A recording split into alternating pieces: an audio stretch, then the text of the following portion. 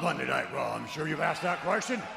I ask it every fucking Monday week, Night Raw man. has been on the air for over 25 years. Yes. That's extraordinary. 25 years too long, Vince. With you behind the One desk. of the reasons for our success, of course, is we change with the times. When the times need a changing, we do just that. Oh, yeah? We change with the times. And despite one man's brilliance, despite one man's creativity, one man's vision, can't do it all by myself anymore, that's for sure. I can do it without you guys, though. Okay. Go ahead. Yeah. So with that in mind, we have a family reunion on Monday night. Let's be nice.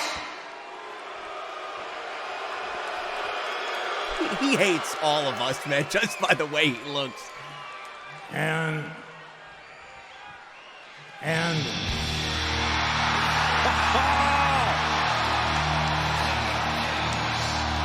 what an incredible start to Monday Night Raw. What an incredible start.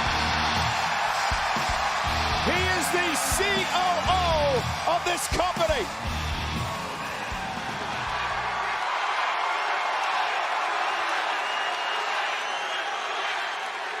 And here comes the money. You're kidding me. Aw, snap. It's not Tuesday.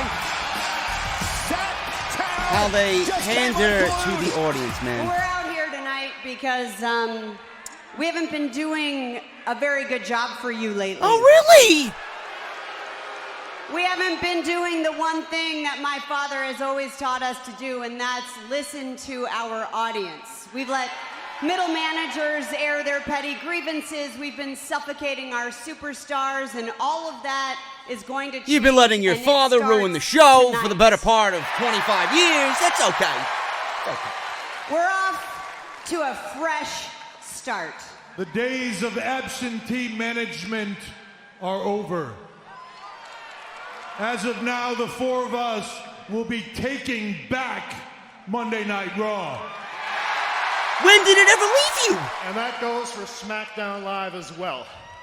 Because the four of us are personally responsible to ensuring that all of you have the best possible experience that there is. Yeah, I'm We're still gonna waiting on that, empower by the way. Our superstars and empower all of you. And more importantly, we're going to give you what you want. I'm still wondering where that is. Something new, something fresh. In the coming weeks and months, you will be seeing new faces, new superstars, new matchups. New matchups. As of now, New matchups. you are the authority. Me? I know if I was the authority, Monday Night Raw wouldn't be in the current state that it's in right now. Less of what you don't want, and more of what you do, WWE will always be then, now, and forever. Yeah, please just go away. Just go away, please. God, that was so nauseating. Shut it off before I hear Michael Cole. I hear enough of him on Friday nights. Guys, that was December 17th, 2018. Literally a year ago, the McMahons showed up on Monday Night Raw and vowed change. That Monday Night Raw hasn't been the same. They haven't been doing their job. You're going to see fresh faces, fresh matchups. Everything's going to be new. It's going to be a fresh start to Monday Night Raw. The fans are in control. The fans are in control. What did we see literally 4 months after this announcement was made? What? Yeah, we got Seth Rollins winning the Royal Rumble, right? We got Becky Lynch winning the Royal Rumble. Becky Lynch winning the Raw Women's Championship and the SmackDown Women's Championship at WrestleMania against Ronda Rousey and Charlotte Flair. You know. So they gave you some of what you wanted.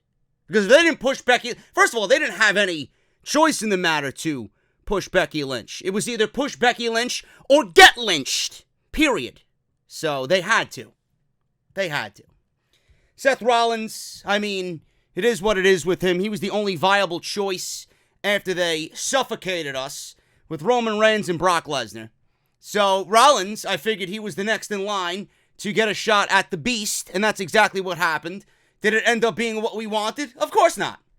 4 months after this promo, what did we get? We got one of the worst summers in WWE history. Seth Rollins had a failure of a reign right from WrestleMania. The day after WrestleMania, it was all over. They paired him with Becky Lynch. They brought their real-life engagement and their relationship to WWE TV. 3 months in his first title reign on Raw as Universal Champion. They gave him Baron Corbin for 3 months, 3 straight pay-per-views. Seth Rollins and Baron Corbin for the Universal Championship. And I'm supposed to look back at this and say, yes, WWE changed. WWE has changed. They went right back to giving Brock Lesnar the Money in the Bank briefcase and then on his way to winning the championship back. All for Rollins to beat him again at SummerSlam because they fucked up on Seth Rollins and they needed a hard reset, and that hard reset was in the form of Brock Lesnar. Then we get The Fiend. The Fiend is the hottest thing in WWE. The WWE had no idea what was to come with The Fiend. Rollins is the Universal Champion once again. And in his next reign, it was already ruined, just like the first one. Because they put him in a feud, with Braun Strowman. They had no other credible opponents for him. So they did babyface versus babyface. They did the whole win the tag team championship situation. And then they both feud over the Universal Championship. And then after that, which I'll give Rollins credit there, that was Braun Strowman's best match ever, period. And then we got Seth Rollins and Bray Wyatt. And then, I mean, I don't need to go over in detail what had happened there. You guys already know. Each and every single time you knew that this show was a complete disaster, they ended up topping their worst non-holiday rating of all time. I've lost count on Monday Night Raw in the manner in which they broke their own rating. I can't even figure it out anymore. Is it 7 times, 8 times, 9 times this year? Yet these people had the balls to come on Monday Night Raw and take control away from middle management when we all knew that they were the ones running the show. They're just too stupid. And I don't even lump Triple H into this because Triple H is doing a magnificent job in NXT. This is more Vince McMahon. I don't even blame Stephanie for this shit. Not even his own daughter can get to him on what he needs to do. It's all this man's fault. I'm looking at him, this fucking old senile fuck, Vince McMahon. This is his disaster. And I don't know what else to say. They promised change. We all knew that they were lying through the fucking skin of their teeth. No more middle management ruining these shows. They came out and actively blamed other people for the mistakes that we all knew they were making. And still, it is December 20th, 2019. Is it the 20th? Let me see. I don't even know when I'm recording. Yes, the 20th. It's the 20th. December 20th, 2019. And I still have yet to see change on Monday Night Raw. Monday Night Raw is in one of the worst states that I think I've ever seen it. And I'm looking back at this, and I knew I wanted to open the show this week with this. And the reason why I opened the show with this and this clip and this soundbite was because Stephanie McMahon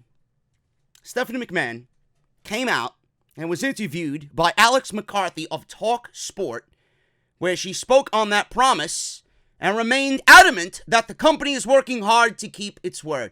You're working hard a year and a couple of days after that first segment to open that Raw? You're still working hard at it. The change should have been implemented as soon as you left the fucking ring. And it didn't. I'm still waiting for the change. And like I said, this show is as bad as it's ever been. And it continues to get worse.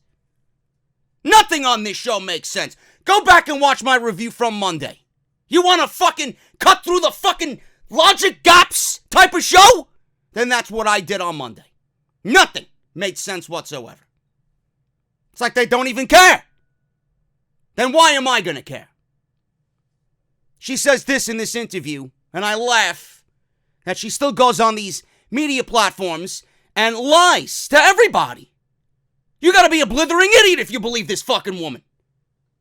We're certainly doing our best to listen to our audience and give them what they want. I think we always need to be listening, we always need to be trying, and we couldn't be more excited to be launching in the UK on BT Sport for the first time in history. Blah, blah, blah. I don't live over there. I don't give a shit about BT Sport. Now, one topic that many people, including WWE stars, talked about was a sequel to Evolution. I don't know why this is a thing. The all-women's pay-per-view from 2018, which still hasn't been announced. Many clamored for a second show, and Stephanie McMahon said WWE's been pushing for it to happen, but there's no official word on it from WWE. You want to know why Stephanie McMahon has been pushing for it? Because she might be, it's either one of two things. I want to give her the benefit of the doubt. She either really wants to see women's wrestling be taken to the platform and the place where we all know it should be. Or it's Stephanie McMahon who kind of takes credit, or she wants to take credit for being the one to advocate for a second Evolution, and then when it happens, she gets to boast, she gets to gloat that it was all her and her persistence that got it done. I hope that's not the case. I want to give her the benefit of the doubt.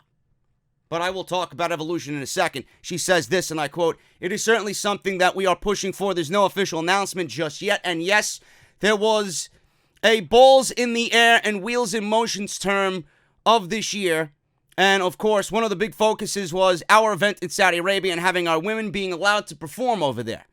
I am hopeful to have an announcement on Evolution 2, but there is nothing official to announce just yet," Stephanie said. I don't know how else I could put this. I mean, I don't even know why this is a subject. You are putting all of your eggs in one basket, and all of those eggs are rotten eggs. I don't know how else to put it to you people. You're asking for an Evolution pay-per-view. For what reason? How could you fucking ask for an Evolution pay-per-view when your women's division right now is at the bottom of the barrel in any fucking league, in any federation, in any promotion on the fucking planet right now? And I mean that in terms of creativity. I don't mean in terms of talent. You want to look at the women's talent that WWE is somehow hoarding at this moment. They got the best female roster in the entire fucking world. Yet we're getting what we're getting on TV. So when you start booking these women in meaningful programs, then at the end of the day, Evolution is going to be more meaningful. You can't give me a fucking pay-per-view just to have a pay-per-view and put matches together with absolutely nothing going into it. What are you, mental? Am I the only one who thinks this way?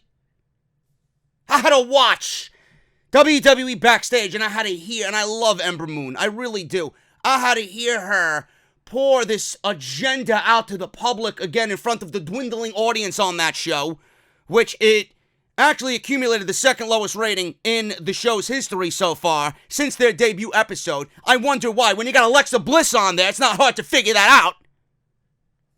Pouring her heart out for this fucking agenda, and it makes no sense whatsoever. It's like all these women are speaking on behalf of themselves. It's like all the women who are... It's funny. You don't hear anybody else asking for it. It's always the Dana Brooks and the Ember Moons and the Nikki Crosses or the Carmellas or the Naomis or the Natalias asking for it, right? These are women that are not featured on the show. Ember Moon was not featured on Monday Night Raw. Carmella's not featured on SmackDown, right? Liv Morgan's not featured. Ruby Riot's not featured. She's hurt, but she wasn't being featured in a prominent way when she was there. Natalia's not featured. Dana Brooke, she's in fucking catering every single week. They got all these women. Naomi hasn't been on TV. She wasn't on TV when she was there. These are the women asking for evolution. You want to know why? Because they don't have a role on television. And if they speak up, that's their only way to get a fucking role and feel important in this company. I know I'm right on that. You can't ask for a pay-per-view without any fucking division. And you need something to be important in both divisions for the pay-per-view to mean something. Now, if you want to go and book dream matches up and down, give me the fucking pen and paper. I'll give you a pay-per-view that you guys will be jerking off to. It's not that difficult, but what does it really mean? Can't book matches for the sake of booking matches. I need investment. I need something that's going to get me to sit down and pay attention. I need a Johnny Gargano, Tommaso Ciampa-like storyline where I'm not going to have anything outside of that bubble bother me. I don't want to see matches thrown together for a pay-per-view just for the sake of having a pay-per-view so that you could push your fucking agenda and your narrative on WWE TV. Because that's all you're going to hear. That's all you're going to hear. I don't get the reason for another Evolution pay-per-view at this moment. The only ones asking, like I said, are those women and the people in the community, these fucking bots on Twitter, these incels on Twitter, these parasites on social media. They want an Evolution pay-per-view because they don't know any better. They run off the same fucking brain, all fucking 8,000 of them on social media. They got one brain between 8,000 fucking troll accounts.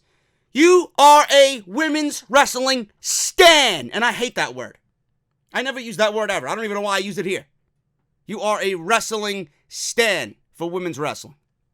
You don't give a shit. You don't give a shit either way. You are such a mediocre individual. You are a person that has little to no care about anything in life. You don't even give a shit what you're given. You don't give a shit what you're putting in your body. You don't give a shit what time or day it is. You don't give a shit what the weather's like. You don't give a shit about anything. You live a directionless life. Those are the people asking for an Evolution pay-per-view. I know I want something that matters. I know I'm not the only one there. I'm tired of all these advocates coming out of the woodwork asking. You don't see Sasha Banks asking for one. You don't see Bayley asking for one. You don't see Charlotte asking for one. You don't see Becky asking for one. All they're asking for is a better women's division. That's the direction you need to go in. Stephanie McMahon says, we do our best to listen to our audience. By the Monday Night Raw numbers, I don't think your statement has any validity. SmackDown Live, yeah, you're giving us what we want. Who the fuck asked for Baron Corbin and Roman Reigns on Friday night? Who asked for the feud between those two to include fucking Alpo? How many times do we need to see Dolph Ziggler? I'm tired of all the nonsensical fucking unimportant garbage on this show. I've been crying for a tag team division for fucking 3 years now. Where's that? Where's that? I've been asking where the fucking cruiserweights are. Why aren't you utilizing Mustafa Ali? Where the fuck is Cedric Alexander? Why is Buddy Murphy on such a low platform on Monday Night Raw? You see him once and then he disappears for 6 fucking weeks. Where's Aleister Black? Why? Why? Why don't your titles mean anything? Where is your women's division? Why did it take you fucking 3 months to turn Seth Rollins heel? Listen to our fans. Get the fuck out of here. The only one you listen to is Vince McMahon, your father. That's the only one you listen to. Because he's telling you directly and everybody in his inner circle, fuck the fans. Fuck the fans. We're doing our best to listen to our audience. If that was the case, Monday Night Raw and SmackDown's ratings wouldn't be in the fucking gutter every single week. This is off the script. If you guys have not realized that already. Sweating bullets are ready. Take a sip of my cold beverage, man. Unbelievable. Nothing gets me more heated than this type of shit. I was actually going to cover this on a major scale. I'm like, what is the point? What is the point of me going over every single little detail that we just despised on Monday Night Raw? Lana and Rusev is another one. Who's asking for this? That's you listening to the fucking audience? I know I'm not. You got your own fucking employees don't even want it on TV. So how is that statement one of validity? I don't understand it. She makes herself look like a blithering idiot every time she goes out there, just like when she mentioned WWE is going to be worth more than Walt Disney. On what fucking planet? When you're 890 years old? Ridiculous. This is Off the Script. Episode 305, part number 1 for your Friday, December 20th, 2019. We got SmackDown to look forward to tonight. Oh, joy! Oh, joy. I can't wait to see what Baron Corbin has up his sleeve for the big dog on SmackDown tonight after he defeated Roman Reigns at TLC. 6 more weeks, folks. 6 more weeks of Baron Corbin and Roman Reigns. Get ready. Get ready. What type of dog food will be displayed on the show tonight? Anyway, I got news, and we're going to go over it all right here on the podcast. TLC go home. SmackDown draws the second lowest rating since their debut. We'll go over that. NXT beats AEW in the ratings. Monday Night Raw's ratings were one of the worst of the entire year. Some of the worst in the show's history. Some of the worst in the show's history. I got WWE's Backstage. Well, WWE Backstage on Fox, their ratings. Speaking of Baron Corbin, apparently he's getting a new manager. I wonder if you guys heard this story. He's getting a new manager. If the plan is to make his act even worse, they will have succeeded if this is actually instituted on WWE TV. Triple H and Vince McMahon missed TLC. I got all the news you need to know on Kairi Sane, how she's doing, how long she's going to be out, and what was the reason why they did not pull her from the match after everybody had assumed something was wrong. So I got all that news right here on Off the Script. And then the big stories. John Cena in the news. He wants something substantial for WrestleMania 36. Listen, John Cena wants a match at WrestleMania 36. Let's book him in a match at WrestleMania 36 and actually have it mean something, because the last couple of times that John Cena's been on TV and has been involved in something, it's been some of the best stuff on WWE TV. And looking at the way things are going right now, I mean, I would welcome John Cena back with open arms, because you know that when he's there, something is important, or something is about to be important. So he wants something substantial for WrestleMania 36. As long as it does not include a match with Randy Orton, I'm good to go. And then the big one, Edge. Edge, possibly. He's been all over the news today. Edge apparently is coming back at the Royal Rumble. Now, I heard Edge was going to be back before the Royal Rumble, but I think that was just people eager with excitement. And according to Mike Johnson of PW Insider, he is now on his way back after he inked a new deal with the WWE that does include in-ring competition. So we'll figure that out. We'll try and book an Edge return and a WrestleMania match for Edge in 2020. Who should Edge go one-on-one with? Or tag team match it could be. WWE wants to go that route. I'm certainly sure they could figure something out there. But Edge, regardless, might have a WrestleMania match this year with a return at the Royal Rumble. So we'll go over all that right here on the podcast. Thank you guys so very much for joining me. I'm JD. Make sure you guys hit that subscribe button down below. Turn on that bell for all notifications. Subscribe to me. It's the #1 way to really help the channel out of everything that I mention here, guys. It's been a rough month for us YouTube content creators because of all the new policies and the new laws and all this and that coming to YouTube. It's really hindering everybody for the month. We can only hope that come 2020 and we turn over the calendar for a new year, that everything starts to just get right back to normal. But the subscribe button, honestly, is the best way to support the channel, and I can't stress that enough. So make sure you guys hit that subscribe button. If you have already subscribed, tell a friend. If you guys got friends or family members into the product, make sure you guys go out there and spread the word. That's the best way to help support the show. Make sure you guys turn on that bell for all notifications as well. Follow me on social media at JD from NY206. That's on Twitter and Instagram. We live tweet every single show during the week, whether it's Raw, Dynamite, NXT, and Friday night SmackDown on Fox, plus all your pay-per-views when there are pay-per-views on a Saturday or Sunday night. Make sure you guys do that. Instagram as well. If you want to support the podcast via Patreon, you guys can certainly do that as well. Patreon.com/JD from NY206. And today, the podcast is brought to you guys by my good friends over at Tavor. I'm so happy to have them on board with Off the Script. And you guys are probably wondering, what is Tavor? It is an app. It is a beer app, and that's all you need when you want to find a brand new craft beer for yourself. Tavor is the place to be. You download the app, you get access to hard-to-find 100% independent craft beer from across the United States. New beers are shared every single day on Tavour. You build your own custom box of the beers that you love, or enroll in a subscription, and they'll automatically snag the highest rated beers at that taste profile, at your taste profile. No minimums or commitments, and they deliver right to your door, man. I just got a brand new care package for the holidays, right to my front door. Ship any amount of your handpicked beer to your doorstep for a flat fee, or ship for free with a subscription, and it's just awesome, man. That's Tavour, and to be honest with you, I don't know why you would want to go anywhere else. There's over 650 breweries from 47 states, and there's been over 7,000 beers tasted, and it's 100% independent community. I love it. I absolutely love it, and we're going to unbox some of them right here on the podcast, man. I have the first one here lined up. We got a gingerbread snapper. This is an imperial stout brewed with ginger. Ginger is my middle name when it comes to the holidays, man. When it's Halloween, just call me Pumpkin. When it's Christmas time, just call me Gingerbread. That's all I drink. Look at this guy. Look at this goon right here. That's how I'm going to look when I have a couple of these. I'll tell you that right now. Now, let's see what this says. Is there any description on it? No.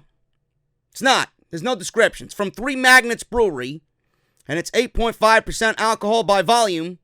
Imperial Stout brewed with ginger. I'm good to go. I'll be having that one maybe later. I don't know. We got Castle Island. This is Castle Island Brewing Company. This is a Bohemian Shine. It's an award-winning Pilsner beer. I'm not a big fan of Pilsner. I might give this one away. Might give this to my buddy Sean. He likes a Pilsner. This is 4.9% alcohol. Pilsners kick ass, says the can. No question about it. Our tribute to this style, Bohemian Shine, is a Pilsner beer that has us beaming with pride, clean and crisp with a slight malt sweetness. This award-winning beer shatters the label of simplicity and puts the style's nuance on full blast. This one actually won a 2019 gold medal at the American Beer Festival. There you go. I might keep it then. Let's see what this award-winning beer tastes like, man. There you go. Castle Island Brewery in Norwood, Massachusetts. So I'll be having that one as well. What do we got here? We got Crane Brewing. Apple Spice Goza. Right up my alley right there. Sour ale brewed with apples and cinnamon. I might open this right now. I might open this right now, man. As delicious by the fire or on the beach, we've struck the perfect balance with this lemony tart goza with apples and cinnamon. Whether your fall is cool and crisp or warm and cozy, enjoy this new tradition with your friends and family. Cheers. Sounds fucking good, man. This is actually brewed in Montana. Oh my goodness. That's awesome. 4.5. It's a light beer. There you see right there. That's all that is on the label. There you go. Never judge a bottle by its cover, bro. Never. It's the way I bought the Black Album. It was just a fucking snake, right? I bought Slipknot's album. I thought it was going to be complete trash, the debut album. 9 guys that look like psychopaths on the cover dressed in clown costumes. Ended up being one of the heaviest albums at that time that I listened to. So you can't judge anything by the cover. The fuck is this? How do you pronounce this? Anadromous? Anadromous. There you go. Anadromous. This is from Anchorage Brewing, all the way from Alaska. Oh my God, I gotta look this up. What the fuck does anadromous mean? Let me see. Oh, I have it already pulled up. Look at that. You gotta be prepared, bro. Gotta be prepared. What does anadromous mean? It's the term that describes fish born in fresh water who spend most of their lives in salt water and return to fresh water to spawn, such as salmon and species of sturgeon. Speaking another language to me, man. I don't eat fish. I don't eat seafood. There you go. Let me pull up my OBS here. Let's see. Anadromous. This is a black sour with Marion berries. Should I look up Marion berries too? I never even heard of a Marion berry. Black sour fermented in French oak foudres whatever the fuck that means, with a Belgian yeast aged 1 year in Pinot Noir and whiskey barrels with lacto, PDO, and Brett. I guess those are the hops. Finished on Marion berries, naturally carbonated in the bottle. Fermented in Alaska. This is batch number 5 of Anadromous. There you go. What's the alcohol content on this? Whoa! I guess that's the Pinot Noir and the whiskey barrels coming through, man. 10% alcohol on this. Holy shit. There you go, man. We got round 2 coming up. I got Christmas beers. I got one with Santa Claus on it, one called Up on the Rooftop, and then one called Moonstone. Whatever the hell that means. But if you guys love beer, like I do, if you guys want a new craft beer for yourself, or if you want to shop for the holidays, you want to get someone who is a big craft beer guy or a craft beer enthusiast or a connoisseur in your family, which I know there's got to be. Everybody loves a good beer, bro. Beer makes a great gift. And I'm giving you guys the opportunity to do that with Tavour. You download the app, you use code SCRIPT, $10 off $25 or more, man. You guys can have fun and choose whatever you want. Show them some support, and I mean this wholeheartedly, man. If you guys really are into this type of thing, or if you need a gift for somebody, you might not even be into the craft beer thing. If you guys know somebody who's into it and want to get a good gift, this is awesome. And the more signups that we have, it shows Tavour the power of Off the Script. We had 50 signups last time. I want to double that. Let's make it 100 signups this go around, man. And I think I'm going to have them change up the beers that they send me. I want to get some more potent beers, I think. Because I've been asking them to send me sours and stuff for the season and the holidays, the fall season, the Christmas holiday. So I might switch it up. So the next time we get a care package, it'll be a ton of new stuff. Because I got some doubles here that I've gotten way before they were sponsoring the podcast. But it's going to be good to just show off some new stuff, man. That's Tavour. Download the app, code SCRIPT, $10 off a order of $25 or more. And that is the sponsor for today's show. So thank you to them, and thank you guys for listening to me and talk about beer and supporting Off the Script right here with Tavour, man. Let's get into the podcast. I got news. I know you guys aren't here for beer, you're here for the news. TLC Go Home, SmackDown. Draws the second lowest rating since the debut. Friday Night SmackDown on Friday, this past Friday, before TLC drew the second lowest number as far as viewership goes since debuting on Fox in early October. No shit. So I'm not surprised by that whatsoever. The show was the final show before TLC on Sunday, which in itself was not a very good pay-per-view. They pulled in 2.339 million viewers according to Showbuzz Daily. That's down from the previous week of 2.452 million. The lowest viewership of the Fox era so far was the post-Survivor Series show, which don't even know how the fuck that's possible. 2.325. There was also the October 25th episode, which only drew 888,000. Oh, but JD was on FS1, man. Doesn't matter. It was still an episode of SmackDown. You had Hogan there, you had Flair there, and you had Lesnar, you had Velasquez on there. Oh, that was an episode of SmackDown, man. That was an episode of SmackDown. That counts. That's the 1 week where AEW beat WWE in the ratings. Now, the hourly breakdown for SmackDown is as follows. It's 2.42 on hour 1, and hour 2 was 2.257. The show sucked. The show sucks every week. The only thing that's of interest coming out of SmackDown right now is Daniel Bryan and The Fiend. That's it. That's all I give a shit about. Now, we go to Monday Night Raw, which is always a sad story. It makes me very depressed when I hear about Monday Night Raw, and when I talk about Monday Night Raw, and when I watch Monday Night Raw, it's just a very depressing show. It really is. The Raw rating for Monday was the lowest non-holiday number ever. I think I'll take a sip of my apple seltzer for that one and toast the lowest rating ever. I'd open up Anadromous over here, but I don't have a bottle opener. Actually, it isn't even a bottle opener. It doesn't even need a bottle. It's one of them fucking corks. Just pop the cork. But I can't drink it warm. It's been sitting around. Not in the refrigerator, so nobody wants to drink warm beer. Monday Night Raw was not good on Monday. It was god-awful. And if you guys watch my review, you will have known why. So this is coming after the TLC pay-per-view, and Monday Night Football did not have a big football game on Monday. And the show set the all-time lowest non-holiday number of all time, 2.05. The previous low for the show was November 11, which did 2.06, But that went up against the San Francisco 49ers and the Seattle Seahawks. That did 16 million viewers. The football game on Monday was the New Orleans Saints versus the Indianapolis Colts, and that did 11.06 million viewers. The WWE only has themselves to blame at this point. The only episodes in the modern era to do fewer numbers were the shows that aired on Christmas Eve and New Year's Eve this past year. And I don't even count those shows because you know WWE tends to go into autopilot during those shows anyway, and they're taped and nobody gives a shit. Just like the show coming up on Monday. It's a taped show. I guarantee you the rating's going to be lower than the rating I'm reading to you now. You know it's going to be low. Nobody gives a shit. The show started low, meaning with not much curiosity coming out of TLC, and as the case with the show anyway, the show lost viewers throughout the evening. There was a rare 18 to 49 demographic. Besides NFL-related shows that always beat Raw, it also lost to 3 episodes of Love and Hip Hop, as well as Below Deck on Bravo in the 18 to 49 demo. So, I'm guessing WWE had a lower than normal rating in that demographic. So there you go. It lost to 3 episodes of Love and Hip Hop. The fuck does that mean? Monday Night Raw is absolutely at the bottom of the barrel, man. Holy shit. Overall, Raw was 12th for the night, but only lost in overall viewers to the news outlets covering this fucking bullshit story with the president being impeached. Whatever. It's not impeached.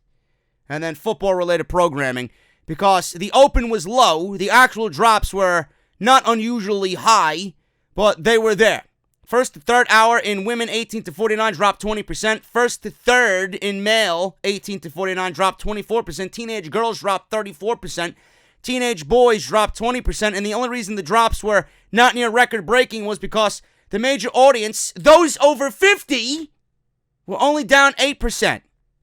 Oh my God, the old geezer staying up late and watching Monday Night Raw. Good on you guys. I figured you'd be in bed after Alex Trebek. But you're up watching fucking Seth Rollins, so I don't know which is worse. 3 hours, 8 to 10. This is the following. 2.2, 2.1, and then the third hour, 1.86. Oh, a main event of Randy Orton and AJ Styles did 1.86. That's how many people cared about Seth Rollins turning heel and him giving an explanation, right? 2.2, and then the second hour, 2.1. Nobody gives a flying fuck about Monday Night Raw or Seth Rollins or anything that's happening on that show.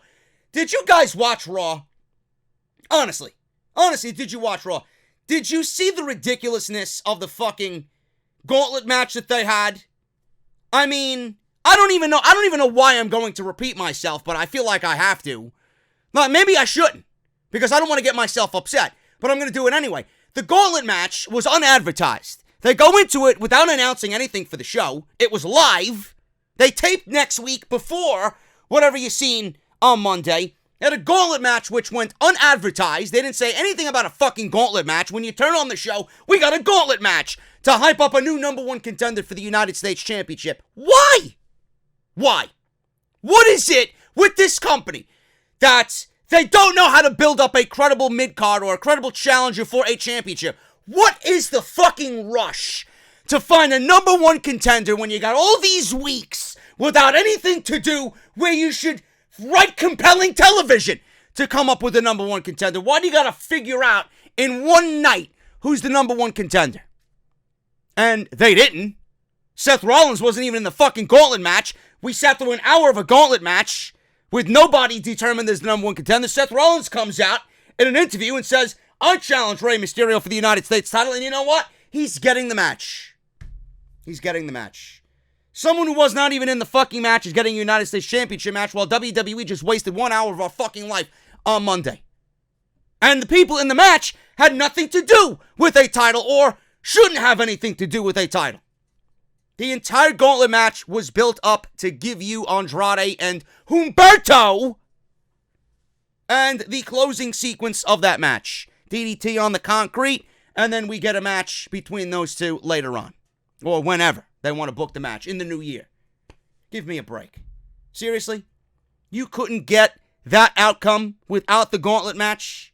You couldn't give us Ricochet versus Akira Tozawa in a one-on-one match to build some momentum, or Ricochet versus Matt Hardy. What the fuck is R-Truth doing in the United States title picture as he's the 24/7 champion? I don't understand it. I really don't get the logic there. Yet I'm the one who's always negative, yet I'm calling out WWE on their obvious bullshit, and nobody figures out that what they're watching is bad. The community says, oh, why are you so harsh? Why do you even watch it? Why is he so negative?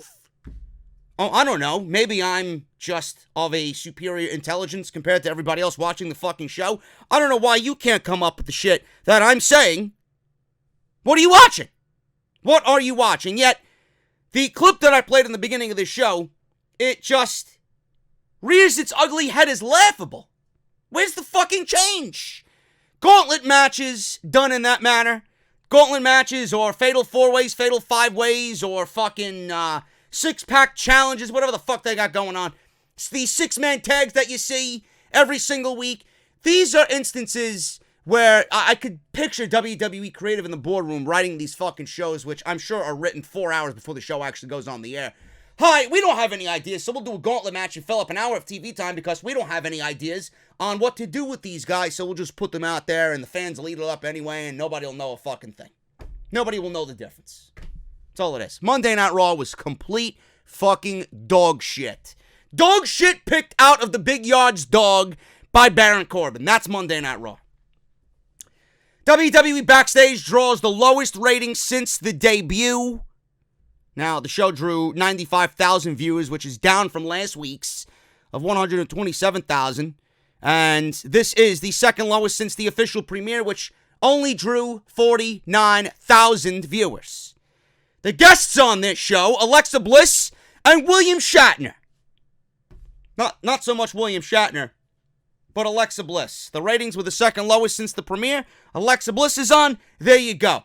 It's by no coincidence that the ratings are the second lowest since the debut, with Alexa Bliss being on there.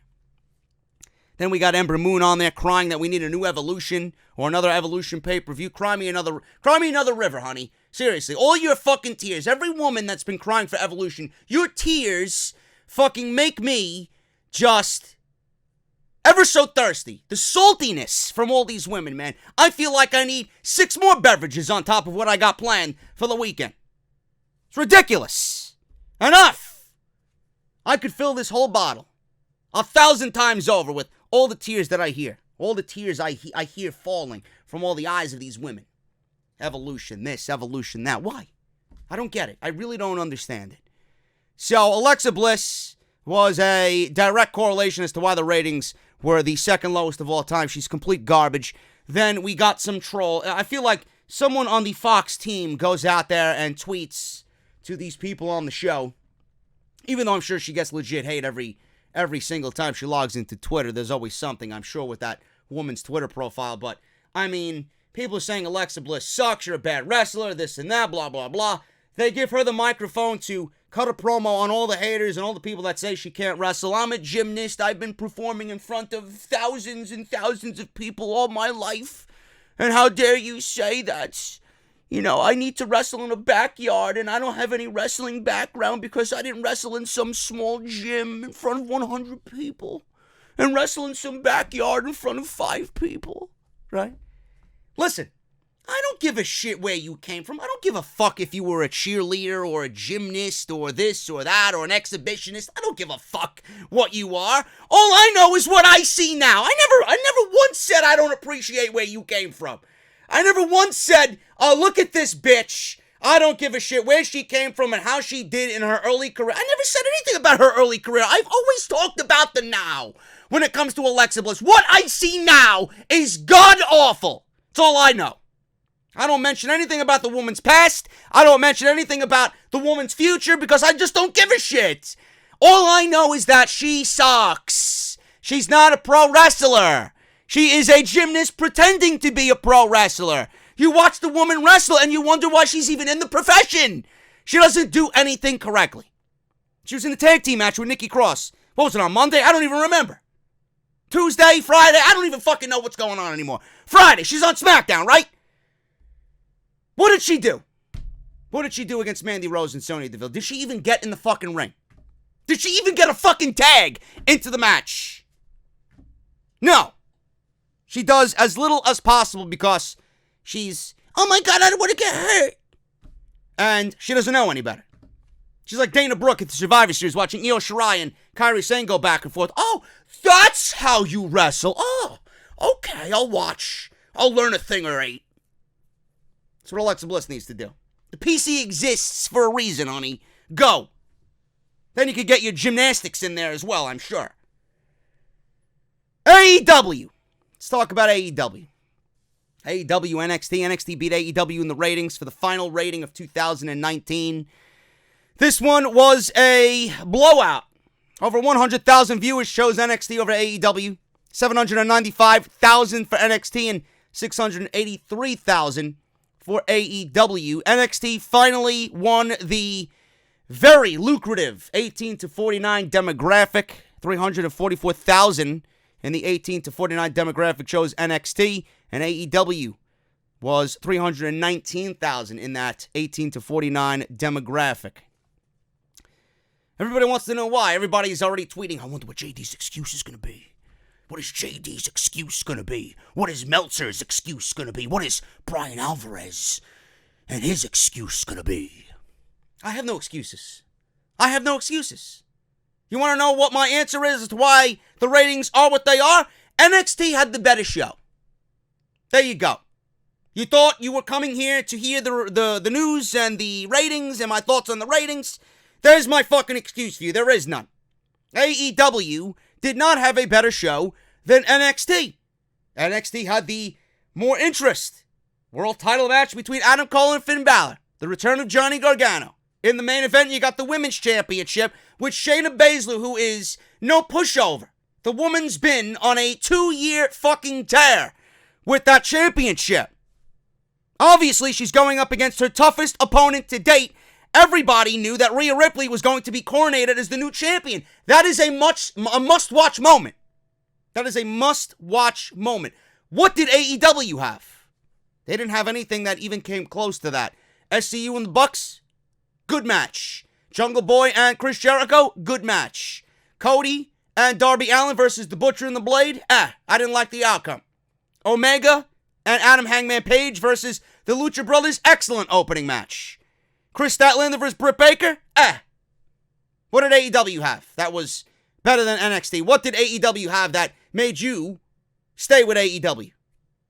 Not much. NXT had the better show. NXT had the better show. That's all I know about that. There's my excuse. Now, the ratings, they're going to be flip-flopping back and forth. And I mentioned this on Wednesday when I talked about AEW, and people still don't understand. Oh, I'm building excitement. I'm more excited now about AEW than I was before. Okay. I'm not saying you can't be excited, but don't fucking lie directly and blatantly to my face and tell me it was a better show than NXT. NXT had a fucking takeover-like show. It wasn't like that first October 2nd show, but, I mean, Adam Cole versus Finn Balor was takeover-worthy. Rhea Ripley versus Shayna Baszler was takeover-worthy. Kushida versus Cameron Grimes was takeover-worthy. Killian Dane versus Damian Priest went 15 minutes. That was a takeover undercard-worthy match. And then Pete Dunne versus Travis Banks, they went 10 minutes and nearly fucking killed each other. So it was a great show. Very wrestling heavy, but it was a great show. I don't give a shit what you feel about AEW. They're losing steam. They're losing that excitement factor. That honeymoon phase is over. The ratings are going to be flip-flopping back and forth. NXT isn't a perfect show. They got their fucking problems. They can't be giving away these big television matches every fucking week. And no, I don't want to see big pay-per-view matches every fucking week because I want things to be special. I want them to save these special moments mostly for the takeovers. I never said that they can't book a pay-per-view match on weekly TV. You can certainly do that. I don't want to see it every fucking week. And if you think you want to see it every week, you're a fucking idiot. Because that's not the way things are done. You don't give away things for free. You give them a little bit, and then you get them in the end. AEW has this problem, and I mentioned this on Wednesday with the review. They're running through matches like this, 2 hours of television with that weak, depleted roster. You know, it's going to be one of those situations where how many new matchups are they going to have? And another thing that I raised, another concern that I raised, which a lot of people actually agree with me on, they might need to add more pay-per-views during the calendar year. 4 pay-per-views might not get it done because there's going to be a lot of dead time in which things like this happen. There's going to be dead periods where there's not going to be any excitement around your show because you're not building to anything. Look at the time period which we got now. Coming out of Full Gear, how much of the pay-per-view build have you seen so far? Barely anything. They've barely scratched the surface. We can kind of gauge where they're going with Moxley and Jericho and MJF and Cody. Maybe Hager and Luchasaurus.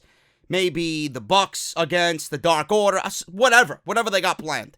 You know, or Dustin versus Hager, rather. Right? Because that's the storyline there. But they got so much time in between these pay-per-views. It's like not every show is going to be a knock 'em down, drag out affair where it's going to be excitement. Oh my God. It's going to be dull. It's going to be boring because they're not building to anything. They're not building to anything. Plus, it's the end of the year, and a lot of the promotions that you watch are dead and taking time off. A lot of tape shows, a lot of little effort goes into these shows because everybody's going home for the holidays, and then they'll pick it back up after the holidays are over. But NXT was the better show.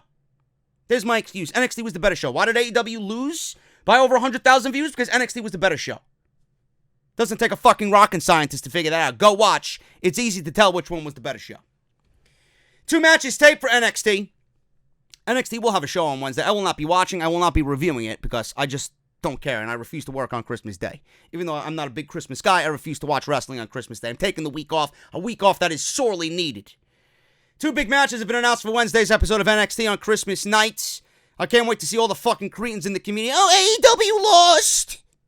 Meanwhile, they got no fucking show. Lio Rush and Keith Lee will team up to face Damian Priest and Tony Nese, as well as NXT champion, or NXT North American champion, Roderick Strong, will go one-on-one with Austin Theory. I might tune in for that. I legitimately might tune in for that. I'm a big fan of Austin Theory. I can't wait to see what he does in NXT. And this is a tape show. I don't know when these matches were taped. I do know the Austin Theory Roderick Strong match was taped last week in a dark match. Don't know when the Lio Rush, Keith Lee, Damian Priest, Tony Nese match was taped. It might be taped as of yesterday. I'm not sure. Or on Wednesday, I should say. So we'll see what happens. But they are going to go over that. I'm sure they'll have some highlight packages throughout the year. Maybe, you know, go over the polling that they got for all the awards that they usually have every single year for NXT. Maybe some, you know, backstage segments that they got filmed and in the can. Who knows? So we'll see what happens. But 2 matches are taking place on Wednesday for NXT on Christmas Day. I'm not sure if the ratings will even matter anyway when it comes to that show. Corey Graves. It's always something. I should make it a new segment. What did Corey Graves say now? He actually said something that I 1,000% agree with. And it goes back to what I said about AEW. Monday Night Raw has this problem. SmackDown has this problem. And AEW is going to run into this problem very shortly. Very shortly. SmackDown commentator Corey Graves, after the bell. You guys know the deal with his podcast. He said this on After the Bell. It seems like week after week after week on Raw and SmackDown, we see rematches ad nauseum. He said, I'm not tired of seeing these superstars. I'm tired of seeing the same matches over and over again. We've seen the Viking Raiders and the OC. How many times in the past few months have we seen that match? Mr. Graves, we've seen the Viking Raiders and the OC since the summer wrestle 7 times on Raw. 7 times. And in every situation, it was the same match every single time. We saw it again at TLC.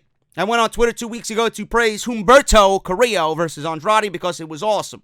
I'm all for seeing more of it, but that doesn't mean in successive weeks. Give me a little space. Why do we need rematches all the time? Why can't somebody just win, somebody just lose, and move on? We have a glut of talent. We have so many superstars waiting to break out and shine. Sometimes that can happen with different opponents. I've gotten to a point where a lot of these matches, even these pay-per-view matches, start to feel like placeholders. There's nothing must-see. When I grew up, there was an issue from pay-per-view to pay-per-view. Then pay-per-view would mark a pivot point, and they would move on to something different. I understand there's a ton of time to fill. You're going to have inevitable rematches. You can't have fresh matchups every week, but give me a week in between. I feel like I'm trapped in this bubble where whoever your opponent is for that period of time is the only person that exists on the WWE roster to you. It's not boring because the matches are good. They just don't feel important. Now, a little stat that I've accumulated for you guys, like I mentioned this on Monday. The OC faced the Viking Raiders 7 times since the summer. Andrade has faced Humberto 3 times in this month alone. And the New Day has faced the Revival 3 times in little over a month. What does that say? Tag team divisions on both shows are fucking dead. Absolutely dead. Andrade versus Humberto, WWE has not a fucking iota of a clue on how to book Humberto Carrillo and Andrade. That's all that says. It's sad. Corey Graves actually has a fucking brain when he wants to. Look at that. Who would have thought? Then there's this version of Corey Graves. There's the version I just read to you that makes sense, and I wholeheartedly agree with every word that he fucking said. And then there's this version of Corey Graves that just makes himself, after a nice comment like that, look like a blithering fool. Now, Samoa Joe is in the mix on commentary. I think this coming Monday is the last we will see of Samoa Joe on commentary. I think he's ready and primed to come back. Hopefully he makes a big splash in the Royal Rumble. Hopefully he makes a big splash on Monday Night Raw. So we'll see what happens. I could go for either a heel Joe or a babyface Joe. Looked like they were trending towards babyface Joe, and then they kind of put the kibosh on that one. So I would be open for a babyface Joe, as long as he maintains that legitimacy and that fucking toughness. I don't want to see him break from that because Samoa Joe's a beast. But some fans have compared Samoa Joe to Taz, the suplex, or the human suplex machine, Taz, ECW's Taz, that Taz. So some fans have compared Samoa Joe to Taz, and it seems like Corey Graves sees that similarity as well, along with a photo of Vic Joseph and Samoa Joe. He posted this on Twitter, and he says this, and I quote, "The new and improved Taz and Michael Cole." Now, Michael Cole, when he was teaming with Taz as the SmackDown commentary team, Michael Cole was actually tolerable. I always enjoyed Taz's work. I always enjoyed his enthusiasm. I always enjoyed his train of thought. I always enjoyed his color skills and his analysis, his breakdown of what's going on in the ring. I always enjoyed him. So obviously he's seen this tweet. And Taz was not very happy about Corey Graves calling anyone an improved version of him. He says, and I quote, "Gee whiz, new and improved? I wish them the best, but if they are a duo after years of shows, then it's a fair comparison. At Michael Cole and I battled for every opportunity as a team. Hashtag dues paid." He goes on to say, Samoa Joe has paid his dues in the ring, but he's new to commentary. And, if given the opportunity, and when he retires, given that opportunity, if he actually pays his dues behind the desk, then it's a solid comparison. But a comparison cannot be made at this point. Vic Joseph has settled into his own. I've always enjoyed Vic Joseph's work. Some people don't like him. I enjoy his work. I think he's one of the better guys that they got there. Jerry Lawler has to go. I don't know what they do with Taz. What they do with Taz. Taz should come back, to be honest with you. I don't know what they do with Samoa Joe. But when he goes back into the competition on Monday Night Raw, what are they going to do? They're going to keep Vic Joseph and Jerry Lawler? The one thing I don't want to see on Monday Night Raw is a 70-year-old Jerry Lawler trying to act young and come off as a wise ass when he's not funny anymore. We need somebody that is youthful. We need somebody that is vibrant. We need somebody that's on top of his game. We need somebody that is going to fit the mold of whatever's on Monday Night Raw. We need somebody like me on Monday Night Raw. I'm available. Just give me a call. Now, I don't even think I take that position. I want fucking Vince yelling in my ears. I want to do what I want to be the Morrow of a promotion. I don't want to be fucking just sitting there and I'm at the whims of Vince McMahon. Please. I don't want that at all. I can imagine if Samoa Joe is being fed all this bullshit into the headset, he's got Vince McMahon yelling at him as well. He might not even want to be a commentator ever again, if that's the case. So, Corey Graves said that Samoa Joe and Vic Joseph are the new Michael Cole and Taz, and obviously Taz did not approve of that comparison. King Corbin. Baron Corbin. Burger King Corbin. Apparently is getting a new manager. Folks, if you enjoy Baron Corbin, God bless you. You are of the lowest of mediocrity. That's all I have to say about that. Baron Corbin apparently is getting a new manager, and if you thought the act was bad now, if you thought his act was completely insufferable right now, this rumor could absolutely make the character one of the worst in WWE history. Now, he went and had a TLC match against Roman Reigns at the pay-per-view. He won because of the revival. He won because of Dolph Ziggler. He won because of all the fucking security that he has around him, being that he's the Burger King Corbin. Now, during Wrestling Observer Live, Dave Meltzer explained that Drake Maverick, yes, that Drake Maverick, is likely going to start working as King Corbin's manager soon.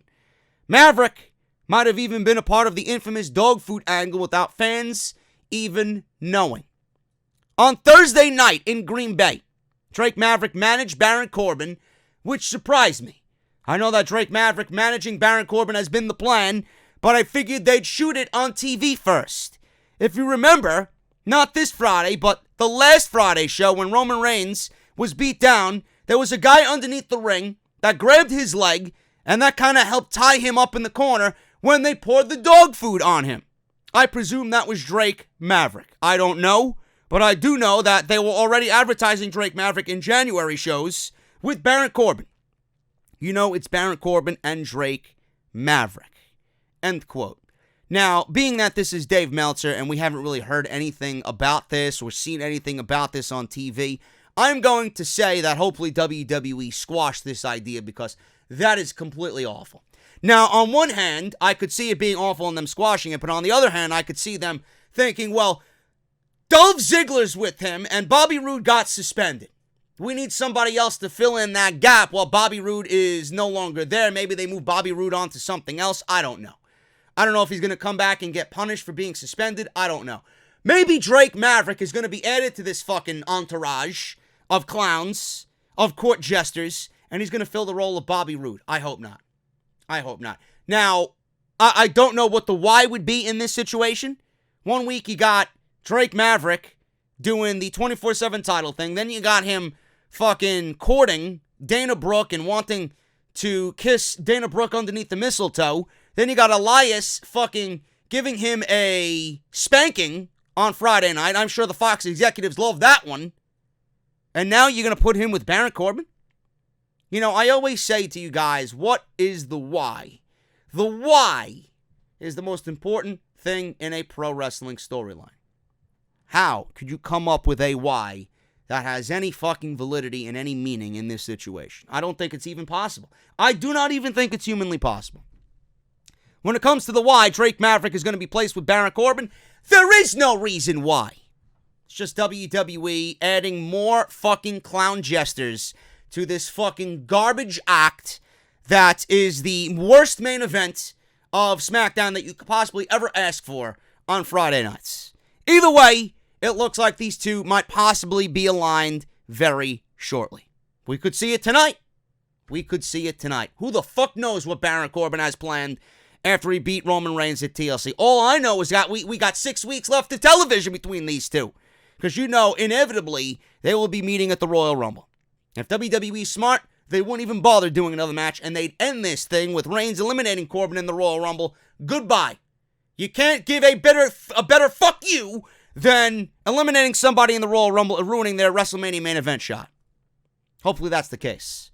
I don't know what we're going to see, but God help us all. 6 more weeks of Baron Corbin and Roman Reigns. Guys, we're going to get into the rest of the show. I got TLC news and updates on Kairi Sane, her status, when she's going to be back, why they didn't pull her from the match when WWE most definitely knew that there was something wrong with Kairi Sane in that TLC match with Charlotte and Becky Lynch, why both Triple H and Vince McMahon missed TLC, and John Cena and Edge, possible returns to the WWE in 2020. Now it's time for round 2 of Tavor. I got more beers to unload on you guys. Again, Tavor, download the app on your iPhone or Android device. Use code SCRIPT at checkout. You're going to save $10 off a order of $25 or more using code SCRIPT. And I want to thank Tavor once again for sponsoring. That pineapple beer looks Fucking good right there, man. Holy shit. And a framboise. What is that? A raspberry or a pineapple framboise? Oh my goodness, man. I gotta look them up. Anyway, Tavor, download the app, use code SCRIPT, and we got round 2 coming up right here on Off the Script. All right, man, let's do this unboxing here. We got this second round on me. Before we get into the last leg of this podcast, talking about Kairi Sane and John Cena and Edge. I know you guys want to hear about that stuff. This one's called Moonstone Sour Ale with Mango, Orange, and Pineapple. This is from Urban Family Brewing Company in Seattle, Washington. Looks like it might be, I figured that might have been the Seattle skyline on the bottle, but it's not. Moonstone. Man, I'm a big fan of mango. I'm a big fan of orange. I love pineapple. This is awesome. 7.5 alcohol by volume. Seattle, Washington. Seattle's known for their good beer, man. I want to go and visit Seattle. If you ask me, JD, if you could pick somewhere in the United States that you've never been, where would you go? Seattle. Seattle, New Orleans, those are the top 2 right there.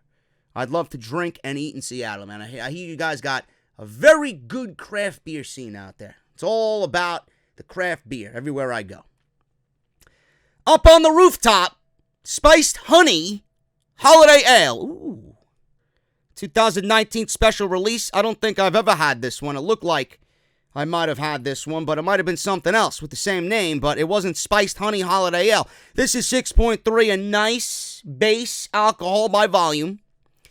Up on the Rooftop is brewed with fresh ginger orange zest. It's very difficult to read on this silver label. Fresh ginger orange zest, honey, and cinnamon sticks. A beautiful aromatic bouquet to remind you of all the fun and the spice of the holiday season. Another Seattle, Washington beer. There you go.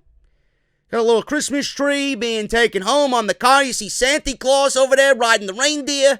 There you go, man. You want a Christmas beer? You got it with Tavor. And oh my goodness, man, this is a monster. This is a monster, man. This is 9.4 fluid ounces and 10% alcohol by volume. This is a Christmas ale, Saint Bernardus, Belgian Abbey, Belgian Abbey Ale. There you go. Look at that. That's a fucking beast of a beer right there. What does this say?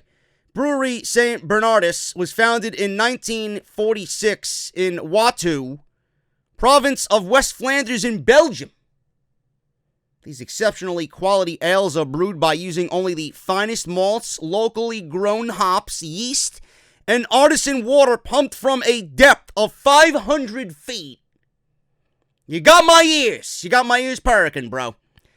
After the brewing process, these traditional ales are matured in tanks for 3 months before being bottle conditioned. The result is a naturally carbonated living ale, which will satisfy the taste of even the most discriminating connoisseurs. Bringing heavenly nectar within reach, St. Bernardus Christmas Ale is the youngest descendant in the illustrious family of delicious Abbey ales brewed by Brewery St. Bernardus since 1946. I feel like I'm reading a fucking novel over here. This specialty ale of 10% alcohol is characterized by its deep dark color, with a creamy, thick head and a full, almost velvety mouthful of fruity nose. It's a seasonal ale brewed annually for the holiday season. The long winter nights are perfect moments to savor this ale with family and friends and to enjoy its unique, complex taste. A product of Belgium. Here you go. I might have to open this immediately. Because I read that and I felt like I was a part of the entire process. You are letting me know what you're about. I gotta open it. No way about it. Unbelievable. St. Bernardus. There you go, man. Tavor.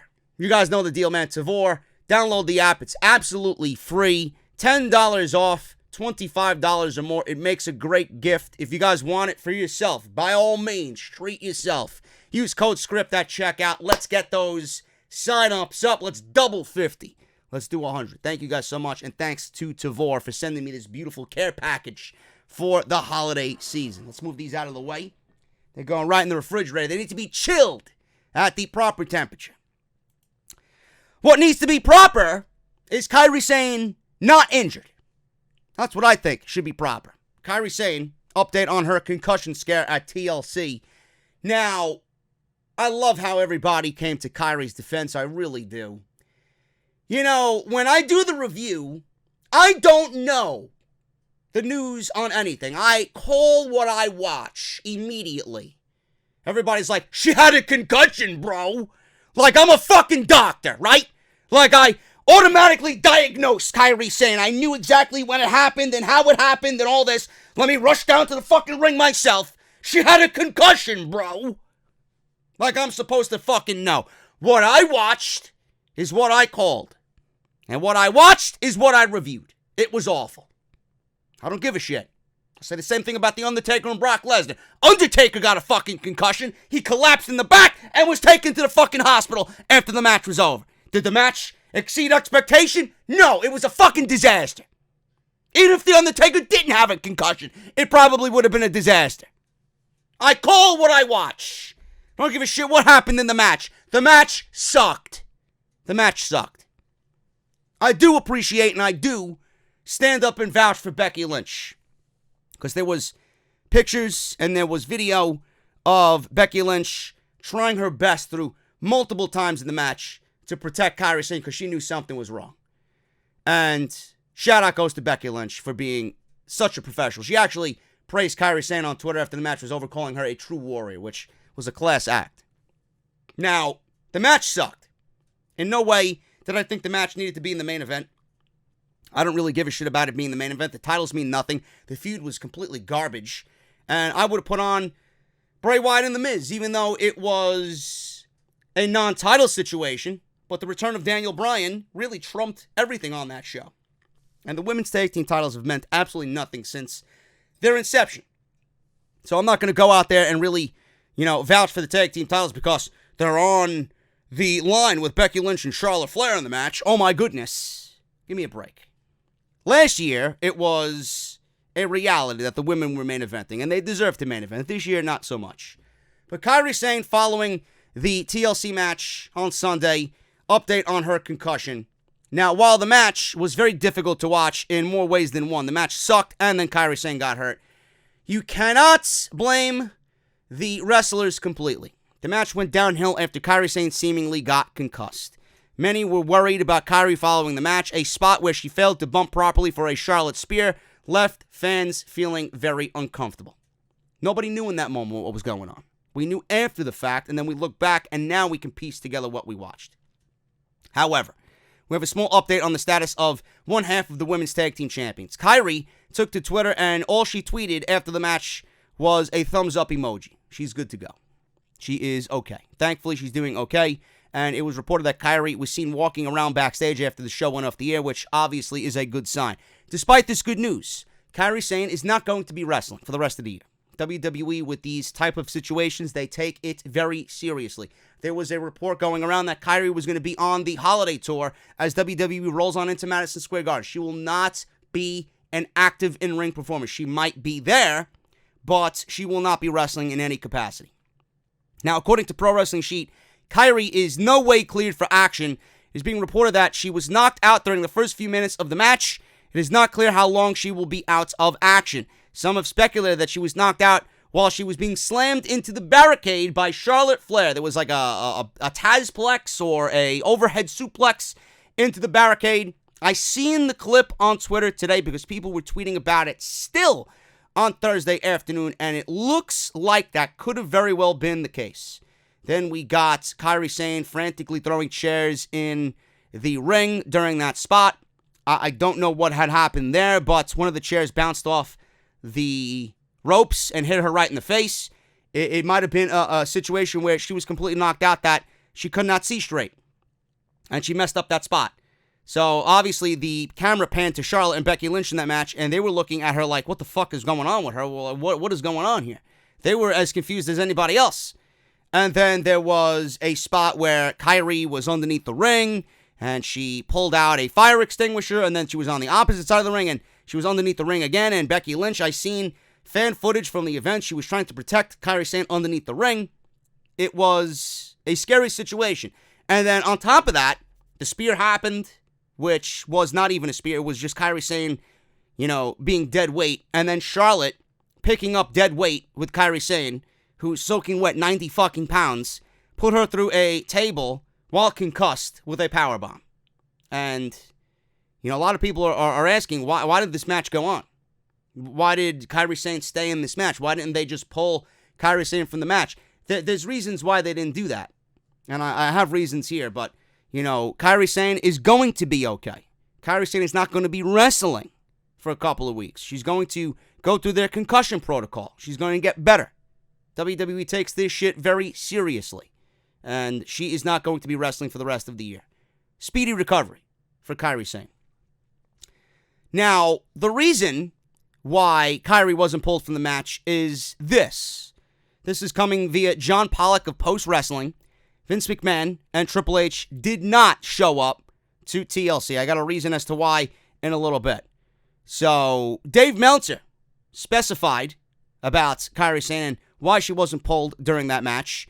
And this was a Paul Heyman run show.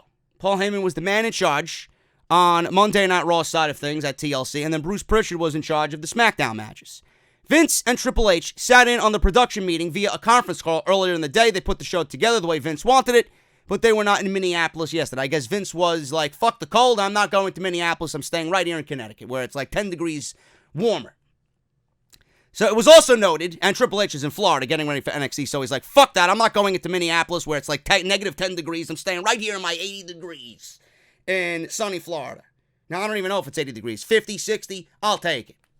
It was also noted that it was pretty much a universally agreed opinion that the match at TLC was handled poorly, apparently in regards to the injury to the WWE Women's Tag Team Champion, Kairi Sane.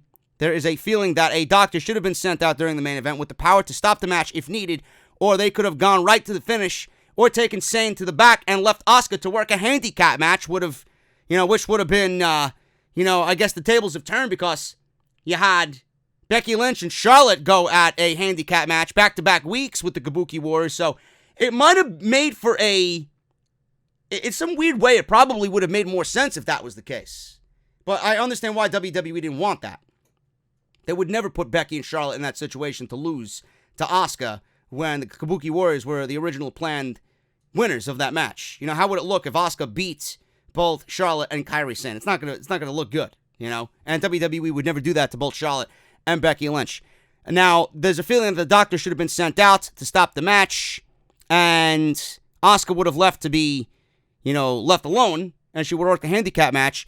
When it was apparent that Sane was knocked out, Meltzer noted that the main issue with a direction change like that is that they were not going to do a title change, and Asuka defeating both Charlotte Flair and Becky Lynch by herself would have required many changes in the plans. So, WWE, it's fucked up. It really is fucked up when you really think about it, and when it boils down to it.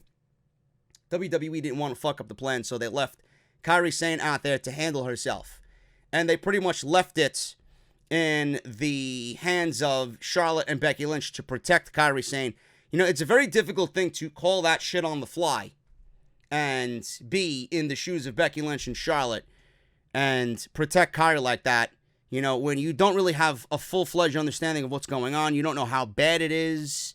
Becky Lynch kind of knew. She took steps into aiding Kairi Sane when she could. Charlotte, I don't know how much of the situation she knew of, if Kairi Sane was really that hurt, because she proceeded to powerbomb her at the end of the match, which looked fucking ridiculous, But it's a sticky situation, and it boils down to WWE didn't want to fuck up the plan, so they left Kairi Sane out there. And it's fucked up. It really is fucked up. But the one thing I want to let you guys know about with all this, it's like, oh, Charlotte is too reckless. Charlotte is a headhunter. Charlotte took out Kairi Sane. Fuck Charlotte. It's like these fucking Twitter bots going back and forth. The fan bases of all these women going back and forth. It's like fucking World War VIII on social media after this match was over. Charlotte did not wake up. And it's the same thing I say about Sasha Banks. Everybody's like, oh, botch Banks. Go fuck yourself, all right? You fucking cretin who don't have a goddamn fucking clue as to what's going on. You don't even know you're alive half the fucking time. botch Banks. Yeah, because Sasha Banks woke up one morning. I always say it. Sasha Banks woke up one morning the night that Paige was injured and her career was ended. She looked at Mikaze while they were serving Raisin Bran over milk and they were having orange juice, and some scrambled eggs in the morning. Honey, I'm going to go out there tonight. I'm going to end Paige's career. Yes, because that's what she told Mikaze, right? She went out there and said to her husband, I'm going to go out there and end Paige's career. Fuck that bitch. Because that's exactly what she said, right? Got to defend Charlotte. No matter how much of an android she really is, she does have feelings. And I don't think that Charlotte went out there and headhunted Kairi Sane. Oh, fuck Charlotte Flair, this and that. Charlotte Flair is too reckless. Listen, you fucking parasites. Asuka and Kairi Sane, I am sure, are more than capable of working this type of match. Do you know where they came from? That is the background that these women were trained in. Brutal. Strong style. I guarantee you, if everything was all right and nobody walked out of this match hurt, I guarantee you, Kairi Sane and Asuka probably would have told Becky Lynch and Charlotte, come at me with everything you got. Let's do this. They did not want to skimp on anything. And I don't look at Kairi Sane and Asuka as being two women that want to skimp on anything. Go easy on me. Take it easy on me. You're acting as if Kairi Sane and Asuka are Alexa Bliss out there. Alexa Bliss had how many ladder matches? And what did she do in those ladder matches? She didn't take one fucking bump on a goddamn ladder when she won Money in the Bank. Not one. Guarantee you Kairi Sane and Asuka told Charlotte and Becky Lynch, do what you need to do to make this match good. We are up for anything. They're not going to backtrack on anything when it comes to that shit. People are out here saying that Charlotte headhunted. Give me a fucking break. Charlotte did not wake up in the morning and look at Andrade and say, you know what, honey? I'm going to end Kairi Sane's career tonight. I think I'm going to give her a concussion. What do you think? Elidalo! Tranquilo, right? Yeah. What a bunch of fucking idiots. You guys fucking sicken me on social media, man. Shit happens. It's the environment of a TLC match. You never know what's going to happen. That's why they're the most dangerous matches that WWE does. Or one of the most dangerous matches that WWE does. It might very well be the most dangerous match that WWE does. Hell in a Cell is fucking complete garbage. That used to be once upon a time the most dangerous match. Elimination Chamber, maybe. But TLC matches are some of the most dangerous matches that WWE has in its arsenal. And someone's going to get hurt. You never have a ladder match, period, and someone walks away. Okay, let's do it again, bro. I want to have a rematch the next night in a ladder match. Let's do it. Everybody walks away banged up. That's the territory that you are walking into. You're going to walk away with injuries. You're going to walk away with some weeks off your career, just vanishing in smoke. Stop the fucking crying. These men and women know what they're doing when they get into this line of work. They know what they are facing when they get into a situation like this. They're big girls and boys. Charlotte did not go out and headhunt Kairi Sane. Give me a fucking break. Now, Vince McMahon and Triple H, they were not at TLC. I'm assuming it was because of the cold weather, or maybe Vince McMahon doesn't like elk or deer. I don't know. There's plenty of deer in Connecticut, though. That's for a fact. But post-wrestling is reporting that Triple H and Vince McMahon were not at TLC. With the XFL launching in early 2020, McMahon has missed a fair share of episodes of Raw and SmackDown this year. However, it is believed that this is the first pay-per-view he has been absent from. It's TLC. The build for this pay-per-view did not even present itself until a week out. So if Vince McMahon missed it, what the fuck does that tell you? It's not important. Maybe they shouldn't even have the pay-per-view. I said this from day one. You could have built these matches to put on Monday Night Raw and SmackDown and make those shows feel special towards the end of the year. Do they listen? Of course not.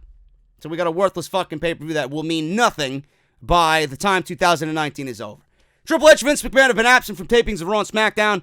Pritchard and Heyman ran the shows. They are both executive directors and failures of Raw and SmackDown, respectively. This means Heyman and Pritchard ran TLC. And Vince McMahon probably was on the phone throughout the show because he was watching on the network, and he was probably yelling, bitching, moaning, complaining in Paul Heyman's ear over the telephone, and the same goes for Bruce Pritchard. No news there. There you go. Vince McMahon missed the show. How the fuck am I supposed to take the show as being important? I don't. If the chairman's not there, then why the fuck should I care? Common sense. Adam Copeland Edge, returning to the ring in 2020. This is all over the news on Thursday going into Friday. SummerSlam, Elias, Edge, they had an in-ring pre-show, back and forth. This was SummerSlam in Toronto, where Edge is Canadian, so obviously he's a hometown guy. Speculation has intensified over a possible in-ring return for the rated R superstar. I can't do it like Tony Chimmel, otherwise I would. Who was forced to retire from wrestling in 2011 due to a neck injury. Edge denied these reports back in October, but he did recently sign what was described as a major new contract with the WWE, although the details of this contract remain unknown.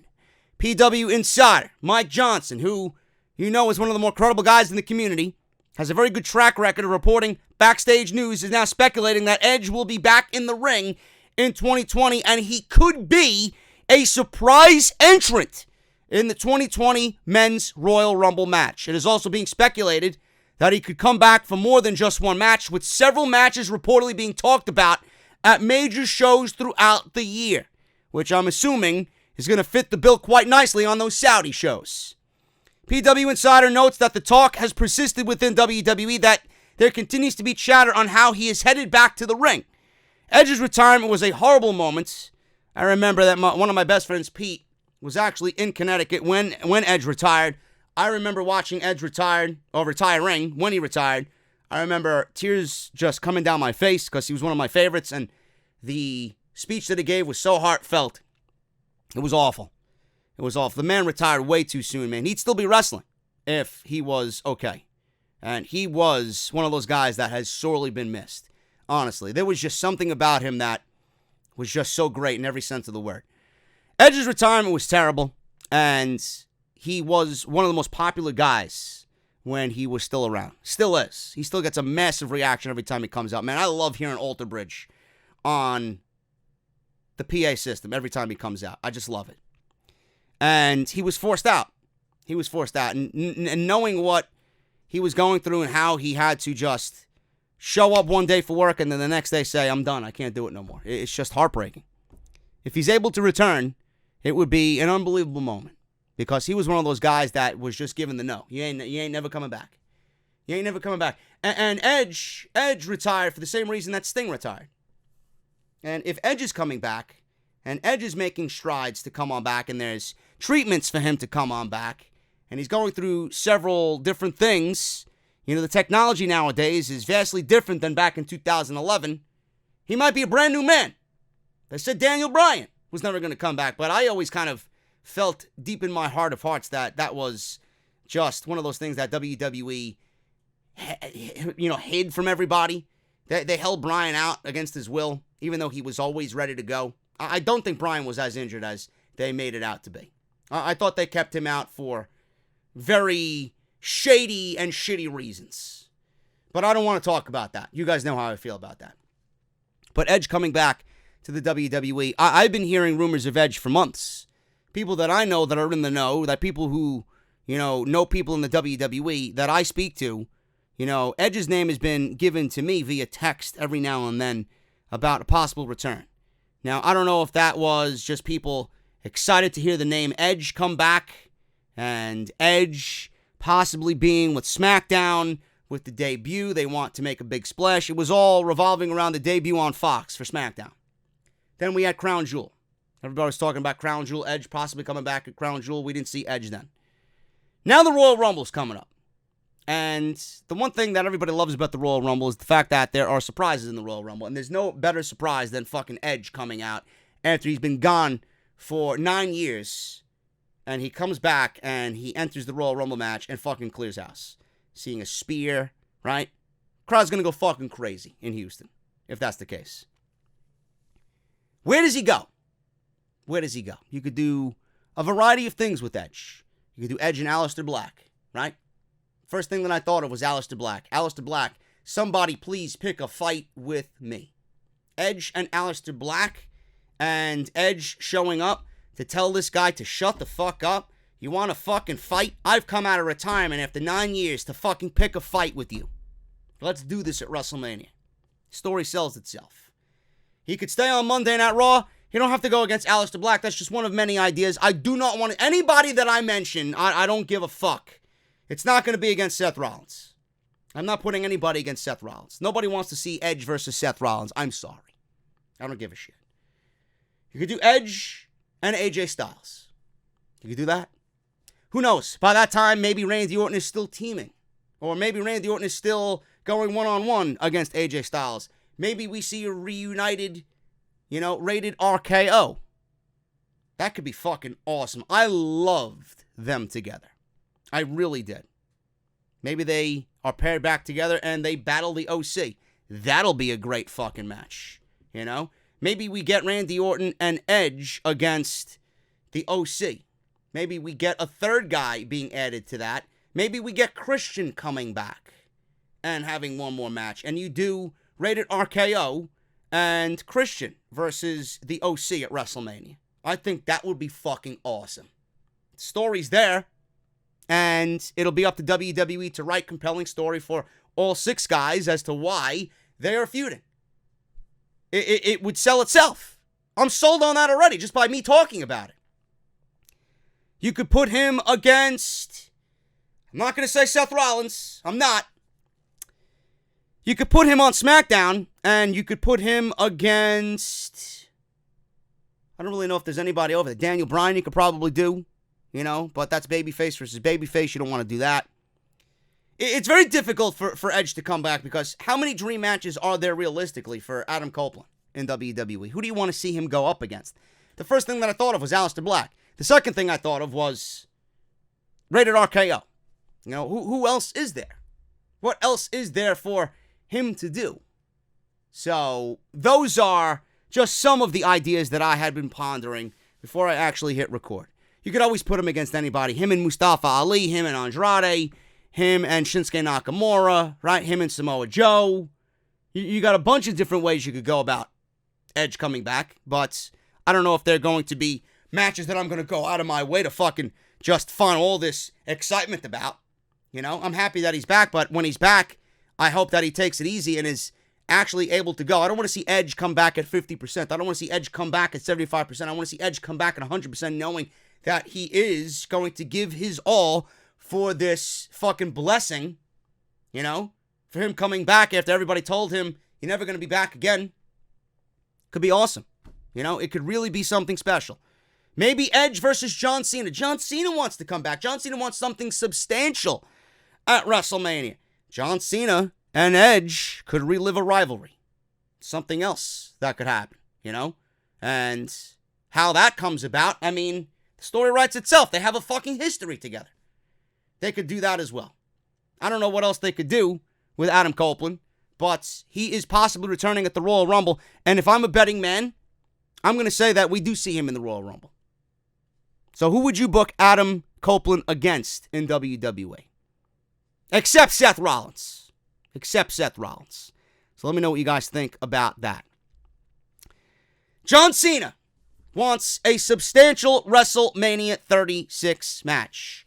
John Cena's last match for the WWE came in January 2019 when he lost a number 1 contenders match against Finn Balor, Baron Corbin, and Drew McIntyre. I remember that. Not bad. He's made just 1 appearance since then, showing up at WrestleMania 35, donning the old Doctor of Thugonomics gimmick and attacking Elias. Cena is synonymous with WrestleMania, and WrestleVotes is now reporting that he wants a much bigger role in next year's show since Cena resides in Tampa Bay. This is what WrestleVotes has to say. Heard recently that John Cena wants to do something substantial at WrestleMania, more than just an appearance like last year. Cena resides in the Tampa area. Seems like this Mania is important to him. End quote. One would think that the substantial something would be a match, and Randy Orton has already challenged John Cena for a match at WrestleMania. If that's the case, I know where my bathroom break is going to be. That's not a WrestleMania match. I don't want to see it again. We've seen it how many times before? That would be absolutely a waste of both Randy Orton and John Cena. Fuck that match. They challenged, or Randy Orton, I should say, challenged John Cena to a match on Instagram just a little bit ago. Now, there are some matches and names that I would like to see John Cena go up against if you're going to give him a substantial match at WrestleMania. You could do a variety of things with John Cena. And it's more so, it's easier to book John Cena at WrestleMania than it is to book Edge. I like those two situations with Edge at WrestleMania. Either one of those would be fine. I can't really think of anything else off the top of my head that jumps off the page. John Cena, though, I already have 3 brewing. I have no notes outside this story. I already have 3 in my head that would be fucking fantastic. John Cena is one of those things that I would put against Edge as well. You could do that. 4. First of all, the first thing that's jumping off the page to me is John Cena going to SmackDown and feuding with Bray Wyatt. It might be predictable. It might be predictable being that John Cena is not going to be back full-time ever again. And having Bray Wyatt and John Cena at WrestleMania would be absolutely fucking brilliant. Because everybody that Bray Wyatt's been in the ring with has been someone of his past. And there's nobody more synonymous with Bray Wyatt's failure as the old Bray Wyatt than John Cena. Everybody talks about that WrestleMania 30 match with Bray Wyatt and John Cena as the beginning of the end for Bray Wyatt. A match that Bray Wyatt should have won, and he lost. He's never recovered from that. If they actually devise a storyline and they make that situation into a real-life situation and bring it to the current storyline between Wyatt and John Cena, and they bring up old tweets and they bring up how everybody in the community said this one thing about that match and how it ruined Bray Wyatt's career and how he was never the same. Can you imagine the epicness of that fucking story? Yes, it might be predictable, but this is a predictable that I would forego for great storytelling. And you know for a fact John Cena fucking murders it on promo work, on the microphone. The promo work between Bray Wyatt and John Cena, the story that could be told, could be fucking epic for WrestleMania. Predictable, yes. But if it gets Bray Wyatt his revenge after all these years for that one match that ruined his career, according to everybody, that would be fucking fantastic.